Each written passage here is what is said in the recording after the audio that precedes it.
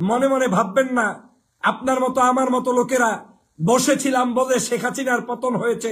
মোটেও নয়। শেখ হাসিনার পতন হয়েছে একটি আদর্শের উপর ভিত্তি করে।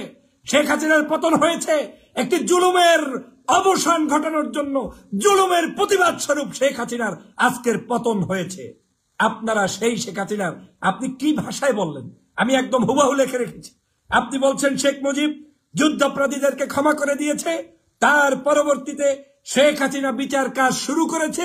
এই শেখ হাসিনার বিচার কাজ যেটা শুরু হয়েছে এটা আমাদেরকেও চালু রাখতে হবে। কত বড় ধৃষ্টতা আপনার! কিসের বিচার কাজ চালু করবেন আপনি? আমি বিএনপির নেতৃস্থানীয় মানুষদেরকে উদাত্ত আহ্বান জানাতে চাই, এই ধরনের কর্মকাণ্ড চললে দলটাকে ধ্বংস করতে সময় লাগবে না। ধান্দাবাজির জায়গা পান না। খেটে খাওয়া মানুষের একটি দল। শহীদ রাষ্ট্রপতি জিয়া রহমান 1975 সালে বাংলাদেশে যখন শেখ মুজিবের পতন হয় তখন এই দেশে আওয়ামী বিরোধী শক্তি, ভারতীয় আধিপত্য ভারতের বিরুদ্ধের শক্তি ঐক্যবদ্ধভাবে জিয়া রহমানকে আপন করে নিয়েছিল। আর তিনি বহুদলীয় গণতন্ত্র প্রতিষ্ঠা করে বাংলার মানুষের হৃদয়ে স্থান অর্জন করেছিলেন। সেই দলটাকে আপনারা কারা এটাকে ধ্বংস করতে নেমেছেন বলেন? আপনি মনে করছেন আপনি বলবেন আর দেশের মানুষ গিলে গিলে খাবে? যদি খাইতো শেখ হাসিনা আপনার চাইতে পণ্ডিত কম না, শেখ হাসিনা আপনার চাইতে টাকাওয়ালা কম না, শেখ হাসিনা আপনার চাইতে বিজ্ঞানী কম না, শেখ হাসিনা আপনার চাইতে দার্শনিক কম না। বহু অর্থ সম্পদ তিনি ব্যয় করে বহু ধরনের নাটক সিনেমা করেছে। বাংলার প্রত্যেকটি জায়গায় জায়গায় পোস্টারিং করেছে, লিফলেট করেছে, এটা করেছে, সেটা করেছে, নাটক করেছে, সিনেমা করেছে, বহু কিছু করতে চেয়েছে। ইতিহাসকে বিক্রি করার জন্য হেন কোনো কাজ নাই যেটা শেখ হাসিনা করে নাই, পারে নাই, পরাস্ত হয়েছে, পরাস্ত হয়েছে, পরাস্ত হয়েছে। শেখ হাসিনা কি করে নাই বলেন? কান্নাকাটি করে নাই? নাটক সিনেমা করে নাই? নিজে নিজে আগুন ধরিয়ে দিয়ে জামাত শিবিরের নাম বলে নাই? দলটাকে পর্যন্ত নিষিদ্ধ করে নাই? চোখের সামনে দেখেন নাই? আমরা 2001 সালে বিএনপি জামাত ঐক্যবদ্ধভাবে বাংলার মানুষের মুক্তির জন্য তখন জয়যুক্ত হয়েছিলাম। অবশ্যই দুটি দলের মধ্যে ঐক্য দরকার। আর যদি ঐক্য সম্ভব নাই হয় অন্ততপক্ষে আপনাদের চুপ থাকা দরকার। যাকে খুশি তাকে মানুষ ভোট দিবে, কিন্তু আপনি একটি দলকে আবার শেখ হাসিনার মতো অমুক পন্থী তমুক পন্থী বানাতে গিয়ে দলটার ধ্বংস করা ছাড়া আর কিচ্ছু করতে পারবে না। আমি চ্যালেঞ্জ দিয়ে বলতে পারি, আগামী নির্বাচন যদি এই দুই দল ভিন্নভাবেও করে, যারা যারা অতিরিক্ত পদলেহন করতে গিয়ে ওই যুদ্ধাপরাধী অমুক ইস্যু তমুক ইস্যু ট্যাগ লাগিয়ে লাগিয়ে কথা বলছেন, ধানের শীষ প্রতীক নিয়ে আসলেও আপনারা অন্তত জয়যুক্ত হতে পারবেন না। বিএনপি হয়তো ক্ষমতায় যাবে, কিন্তু আপনাদের মতো দালালরা যারা এদেশের বিভাজন সৃষ্টি করতে চায়, আলেমদের মধ্যে অনৈক্য তৈরি করতে চায়, ধর্মপ্রাণ মানুষদেরকে 13 সালের শাহবাগীরা খুন করেছে সেটাকে যারা সাফাই গাইতে চায়, তারা অন্ততপক্ষে জয়যুক্ত হতে পারবেন না। আমি চ্যালেঞ্জ দিয়ে দিলাম, পারবেন না। যদি পারতো শেখ হাসিনা গণভবনে থাকতে পারত। ফাইজলামির জায়গা পান না। ফাইজলামি করতে আসছেন নাকি এখানে? ধান্দাবাজি করতে আসছেন নাকি এখানে? বাংলাদেশের শেখ হাসিনার শিখানো কোন শব্দ চয়ন বাংলাদেশের কোন রাজনীতিবিদ উচ্চারণ করবেন না। শেখ হাসিনা দেশের অধঃপতন, শেখ হাসিনা বাংলাদেশের মানুষের মুক্তি করে নাই, তাদের জন্য একটি অভিশাপ, তাদের জন্য একটি জাহান্নাম। সেই জাহান্নামের উদাহরণ নিয়ে আসছেন। হ্যাঁ, ধান্দাবাজি করেন। আপনি আবার বলছেন আল কোরআনের আলো ঘরে ঘরে জ্বলো। আমি কোট করে বলছি, আপনার কি সমস্যা? আল কোরআনের আলো ঘরে ঘরে জ্বলো, এটা আপনার দলের, আমার দলেরও মিছিল হলে সমস্যা কোথায়? আমি কোরআনকে বিশ্বাস করি, হাদিসকে বিশ্বাস করি, আমি ইসলাম ধর্মের পক্ষে আমি কথা বলবো। আমি বিএনপি করে যদি আল কোরআনের আলো ঘরে ঘরে জ্বলো এই স্লোগান দিতে না পারি, তাহলে এর চেয়ে ধান্দাবাজি আর কি হতে পারে? ফাইজলামি করেন। ছাকা চৌধুরীর সন্তান এক জায়গায় নারাই তাকবীরের মিছিল দিয়েছিল, কিছু সুশীলের শরীরের মধ্যে জ্বলন্তি ছিল, কিন্তু ওই মিছিলের পক্ষে কত লক্ষ মানুষ আর আপনার জ্বলন্তির কত লক্ষ মানুষ সেটা দেখেন। এই সব কাজ করবেন না। আমাদের 31 দফা কর্মসূচি আছে, জাতির কাছে 31 দফা নিয়ে চলুন, জাতিকে বুঝান। জামাতের 40 দফা আছে, 40 দফা নিয়ে তারা থাকুক। আপনার 31 দফা জনগণ পছন্দ করলে আপনাকে আমাকে গ্রহণ করবে, ওনাদের 40 দফা জনগণ পছন্দ করলে ওনাদেরকে গ্রহণ করবে। আপনারা তো ভয় কিসের? আপনি কেন এখনো আবার শেখ হাসিনার সেই যুদ্ধাপরাধী এই ইস্যু ট্যাগ লাগিয়ে বাংলার মানুষের মধ্যে বিভাজন তৈরি করতে চান? তার মানে আপনার মতো লোকেরা সংসদে আসলে আবারও এই দেশের মানুষের উপরে জুলুম অত্যাচার করতে চান। আমি দলকে বলবো এই মানুষ থেকে দূরে রাখতেই হবে দলকে। যদি না রাখেন করুণ পরিণতি হবে আমাদের। আমি এই দল করি বিদায় আজকের বুক ফাটা রক্ত নিয়ে এই কথা বলতে হচ্ছে। আপনি বলছেন আল কোরআনের আলো দিয়ে অন্য মিছিল করে, মিছিল আপনার সমস্যা। আপনি বলছেন মাদ্রাসা স্কুল কলেজে জামাত শিবিরের লোকেরা চাকরি করে, তারা নাকি ঠিক মতো চাকরি করে না, তারা নাকি ধান্দাবাজি করে, তারা নাকি ক্লাস ফাঁকি দেয়। কোথায় শুনেছেন আপনি? এ সকল মিথ্যা বক্তব্য দিয়ে আমাদেরকে বিতর্কিত করার কোনো প্রয়োজন নাই। সত্য কথা বলেই মানুষের হৃদয় অর্জন করা সম্ভব। শহীদ রাষ্ট্রপতি জিয়া রহমান স্বাধীনতার ঘোষক, বাংলাদেশের প্রথম একজন ব্যক্তি যিনি বহুদলীয় গণতন্ত্র প্রতিষ্ঠা করেছেন। এর চাইতে বড় সাইনবোর্ড বিএনপির প্রয়োজন নাই। আমাদের এখন পর্যন্ত দেশনেত্রী বেগম খালেদা জিয়া আছে, যিনি জাতীয় ঐক্যের প্রতীক, যিনি বাংলাদেশের প্রত্যেকটি মানুষের হৃদয়ের প্রতীক। আমাদের এখন পর্যন্ত জননেতা জনাব তারেক রহমান আছে, যিনি জিয়াউর রহমানের আদর্শ উজ্জীবিত একজন সন্তান। তাদের মতো আইডিওলজি আইডেন্টিটি থাকতে আমাদেরকে ধার করা শেখ হাসিনার শব্দ চয়ন দিয়ে রাজনীতি করতে হবে। পেয়েছেন কোথায়? আপনি খালেদা জিয়ার ত্যাগের কথা জনগণকে বলুন। আমি খালেদা জিয়ার দেশনেত্রীর ত্যাগের কথা বলবো, 3 বারের প্রধানমন্ত্রী তার কথা বলবো, তাকে বাড়ি থেকে তাড়িয়ে দেওয়া হয়েছে সেটা বলবো, তাকে জেলের মধ্যে নেওয়া হয়েছে সেটা বলবো, তার উপরে অত্যাচার হয়েছে সেটা বলবো। আপনি কত কথা আছে, সেই কথা না বলিয়া কুচুর মুচুর করিয়া করিয়া পিছনের দরজা থেকে ওখানে গুতাগুতি এখানে গুতাগুতি, এত সমস্যা কিসের? আপনি আবার বলছেন আপনার এলাকায় শামীম সাইদি না সাইদি গিয়েছে, কোন এক প্রার্থীকে পরিচয় করিয়ে দিয়েছে। মেয়া এইসব ভণ্ডামি বন্ধ করতে হবে। প্রার্থী পরিচয় কি সাইদি সাহেব দেয় নাই? সাইদি সাহেব যখন জামাত ইসলাম করত তখন তো অনেকেই সমালোচনা করতেন, উনি যদি দল না করে তাহলে আরো ভালো হইতো। এখন সাইদি সাহেব নাই, এখন আবার অনেকে আজহারির সমালোচনা করেন, বলেন যে আজহারির চাইতে সাইদি ভালো ছিল, আজহারি সাহেব কিছু করে না। আরে সাইদি জামাত কইরা ভালো ছিল আর আজহারি কিচ্ছু করে না, তারপরেও খারাপ হয়ে গেছে। এর অর্থই হচ্ছে আদতে আপনি কোন ধরনের ইসলামিক স্কলারদেরকে হৃদয় থেকে পছন্দ করেন না। যখন সে মাইনাস হয়ে যায় তখন তার পক্ষে দাঁড়ান, আর যখন সে উপস্থিত থাকে তখন তার বিরুদ্ধাচরণ করেন। এগুলা দুই চরিত্র, এগুলা জাতি জানে। এই জাতিকে এ ধরনের মিথ্যাচার করে রাজনীতি করা যাবে না। কোন সাহসে এই ধরনের কথা বলেন? মনে রাখা উচিত এদেশের মানুষ এই যে শেখ হাসিনাকে বিদায় করেছে, এই বিদায়ের পিছনে প্রথম কারণ হচ্ছে আমরা সবাই মিলে এই ফ্যাসিবাদের জুলুম অত্যাচার থেকে বাঁচার জন্য, এবং যারা সবচাইতে বেশি জুলুমের শিকার ছিল তাদের কারণেই আজকের এই স্বাধীনতা। আমরা অবশ্যই বাংলাদেশের সর্ববৃহৎ দল বিএনপি আগামী দিনের বাংলাদেশের কর্ণধার হোক, কোনো সমস্যা নেই। জামায়াত ইসলাম তাদের রাজনীতি নিয়ে মাঠে এসেছে, মানুষের ভালোবাসা পেয়ে তিনি যদি ভালো কিছু করতে পারে কোনো সমস্যা নেই। আমরা শেখ হাসিনা থেকে মুক্ত হয়েছি, এর চেয়ে বড় অর্জন আর কিছুই হতে পারে না। আজকে কত কথা বলবো, আপনি সেই সকল মানুষদেরকে বলছেন উগ্র, ধর্মান্ধ, ধর্ম ব্যবসায়ী। ধর্ম ব্যবসার কি বুঝেছেন আপনি? এই শব্দগুলো করে করে শেখ হাসিনার গুষ্ঠ শুদ্ধ পালাতে হয়েছে। আমার কেন জানি ভয় হয় আপনার এই সকল শব্দ চয়নের কারণে আজকে আপনি দেশমাতাকে কলঙ্কিত করছেন, খালেদা জিয়ার ইজ্জত সম্মানকে নষ্ট করছেন, তারেক রহমানের আদর্শকে ধ্বংস করছেন, এবং তার পরিণতি আপনি নিজেও ধ্বংস, পাশাপাশি এই মানুষগুলোকেও আপনারা নষ্ট করার জন্য, শেষ করার জন্য উঠে পড়ে লেগেছেন। আমার মনে হচ্ছে এটা এমনি এমনি না, কারো না কারণ দালাল হয়ে গেছেন, কারো না কারো এজেন্ট হয়ে গেছেন, অথবা যখন বুঝতে পেরেছেন যদি টিকে থাকতে হয়, মনে হয় এইরকম উল্টা বললেই আমি খুব খাস বিএমপি হয়ে যাব, উল্টা বইলে খাস বিএমপি হইয়াও নসিবে না থাকলে এমপি হইতে পারবেন না। অতএব সৎ পথে চলুন। কোরআন হাদিসের তো মাঝে মাঝে খুব বেশি সংসদে দাঁড়াই দাঁড়িয়ে অনেক কথা বলতেন, এখন একেবারে সব শেষ হয়ে গেছে। সহ্য করতে পারলেন না মাত্র 6 মাস, ধৈর্য ধরতে পারলেন না মাত্র 6 মাস। দেশটা এখন পর্যন্ত সুষ্ঠুভাবে স্বাধীন হয় নাই। আমাদেরকে ঐক্যবদ্ধ যখন থাকা দরকার, সেই ঐক্যের মধ্যে ফাটল সৃষ্টি করতে আপনারা কারা আসছেন? শোনেন, আপনাকে যারা তালি দেয় এরা আপনার বন্ধু নয়। আপনাকে আমি ধরিয়ে দিচ্ছি, আমি আপনার প্রকৃত বন্ধু। জনগণের বাস্তবতা, এদেশের জনগণের সেন্টিমেন্টকে ক্যারি করার চেষ্টা করুন, এদেশের জনগণকে বোঝার চেষ্টা করুন।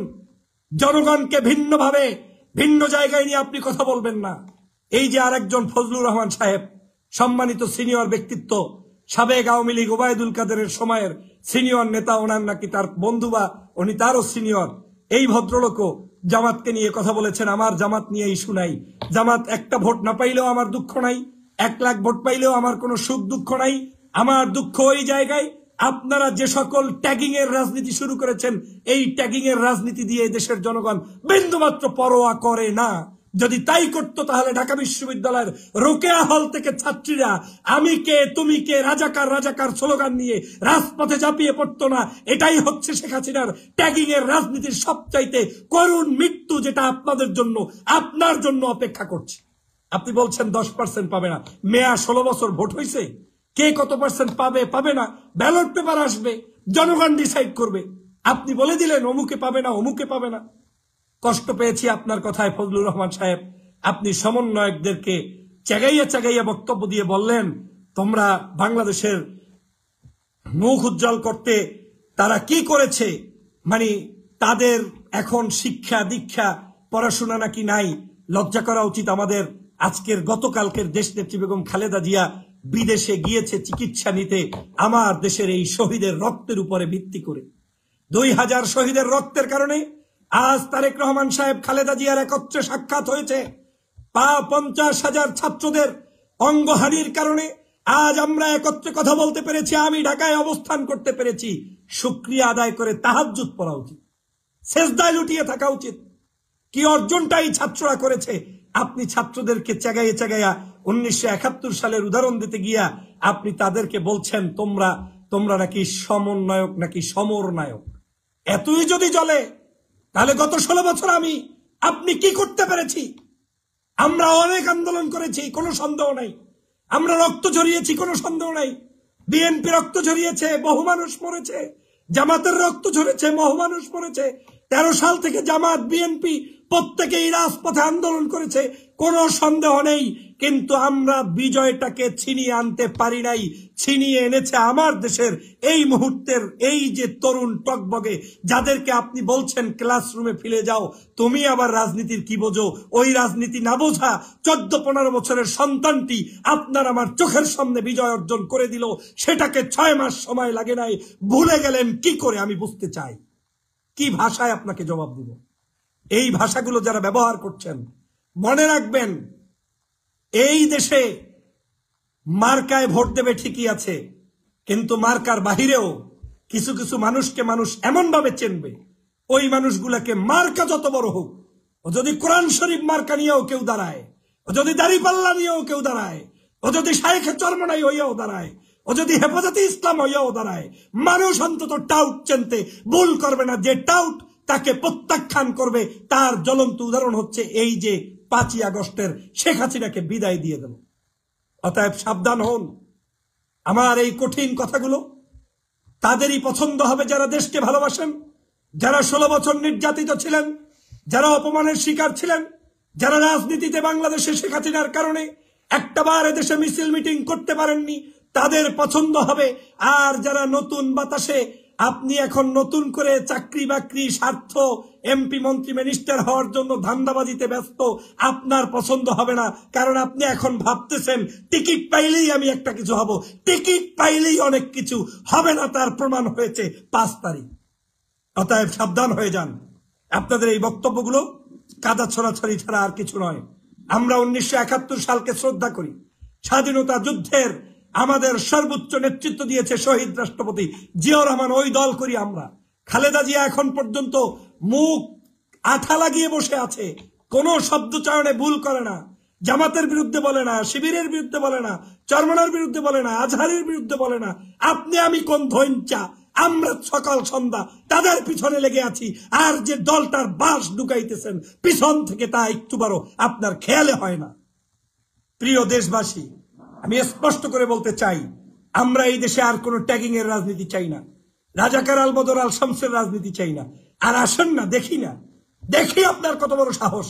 যারা যারা আগামী দিনে এই যে 2013 সালের মৃত্যুকে আজকে যারা সাফাই গাবেন, প্রত্যেককে বাংলাদেশের সীমানা থেকে বের করে দেওয়া হবে। বাংলার জনগণ ঐক্যবদ্ধভাবে তাদের বিরুদ্ধে দাঁড়াবে। লজ্জা করা উচিত। আমার দলের নেতা সালাউদ্দিন কাদের চৌধুরীকে হত্যা করা হয়েছে। কোথায় আপনার কথা? বিবৃতি আছে? জানাজায় যেতে পেরেছেন? প্রতিবাদ করতে পেরেছেন? আপনি ওই যে আওয়ামী লীগ শিখাই দেবে, আরে আওয়ামী লীগ কি শিখাবে আমাকে? আওয়ামী লীগ গত এই 16 বছর পর্যন্ত একটা রাজাকারের তালিকা করতে পারে নাই, একটা মুক্তিযুদ্ধের তালিকা করতে পারে নাই। ওদের মুক্তিযোদ্ধা মন্ত্রীকে জিজ্ঞাসা করা হয়েছে তালিকা কোথায়, তিনি বলছেন তালিকা করলে আত্মীয় স্বজন চলে আসে, রিকোয়েস্ট চলে আসে, খুঁজতে গেলে আশেপাশের লাখ বেজে যায়, তালিকা প্রকাশ করা যাচ্ছে না। যারা তালিকা প্রকাশ করতে পারে নাই, এতটুকু বিবেক নাই, শুধুমাত্র স্বার্থের কারণে আওয়ামী লীগ এই মানুষগুলোকে হত্যা করেছে। পৃথিবীর কোন মানুষ যদি বলে ওই মানুষগুলো অপরাধী, আমি তাদেরকে প্রতিবাদ করবই করব, কারণ তারা অপরাধী ছিল না, তাদেরকে ভিন্ন ট্যাগ লাগিয়ে আজকে হত্যা করা হয়েছে। অতএব এটা সত্য কথা, দিবালোকের মতো সত্য। এর মধ্যে আবার মিথ্যে কথার কি আছে? তো ফাইজলামির একটা সীমানা থাকা দরকার। ওই রাজাকার টাজাকার লাগাইয়েন না, ভিন্ন কথা বলেন, আদর্শ প্রচার করেন, উন্নয়নের কথা বলেন, স্বপ্ন দেখান, যুবক তরুণদের চাহিদার কথা বলুন, দেশ গঠনের নেতৃত্বের কথা বলুন, আগামীর বাংলাদেশকে গঠন করার কথা বলুন, যুবকদেরকে কাছে টানার চেষ্টা করুন, ছাত্রদেরকে বুকে টানার চেষ্টা করুন, জুলাই বিপ্লবে আহত নিহত ভাইদের পাশে দাঁড়ান, তাদেরকে সংবর্ধনা দেওয়ার চেষ্টা করুন, যারা দেশের জন্য লড়াই করেছে। আপনার ভিন্ন মতের হলেও তাদেরকে অন্তত বুকে টেনে সার্টিফিকেট দিন, সংবর্ধনা দিন, নাগরিক অভ্যর্থনা দিন, তাহলেই জনগণ আপনাকে আমাকে গ্রহণ করবে। আর আমরা যদি শুধু শুধু অনৈক্য করি, কোনো লাভ নাই। এগুলা পাশের দেখেন ট্যাবলেট গিলেছেন মাত্র। ওরা এটা বহু বছর পর্যন্ত চেয়েছে এদেশের শক্তিশালী গ্রুপকে বিচ্ছিন্ন করতে। হ্যাঁ, আপনি বলতে পারেন যে তাহলে কি আমরাই অপরাধী? না, আপনি অপরাধী না। জামাত ইসলামের কোন একজন লোক যদি বলে কি জানি আপনার আগে খাইছে এক গ্রুপ, এখন খাইছে এক গ্রুপ, আপনি মাথায় টানিয়ে নেন কেন? আপনি আরো উল্টা বলবেন, আগে খাইছে এক গ্রুপ, আগামীতে জামাত ক্ষমতায় যাইতে চায়, জামাত যাতে না খাইতে পারে, আগামীতে চরমনাই ক্ষমতায় যাইতে চায়, চরমনাই যাতে খাইতে না পারে, বিএনপি ক্ষমতায় যাইতে চায়, বিএনপি যাতে খাইতে না পারে, সেই জন্য বলেছে, আমাকে বলে নাই। আপনি কেন কাঁধে টেনে নেন?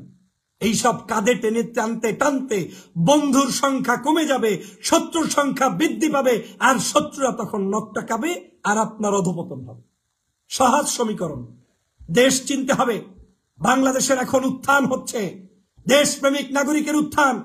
বাংলাদেশের এখন যুব সমাজের চাহিদা হচ্ছে, ওই ট্যাগিং বিশ্বাস করে না।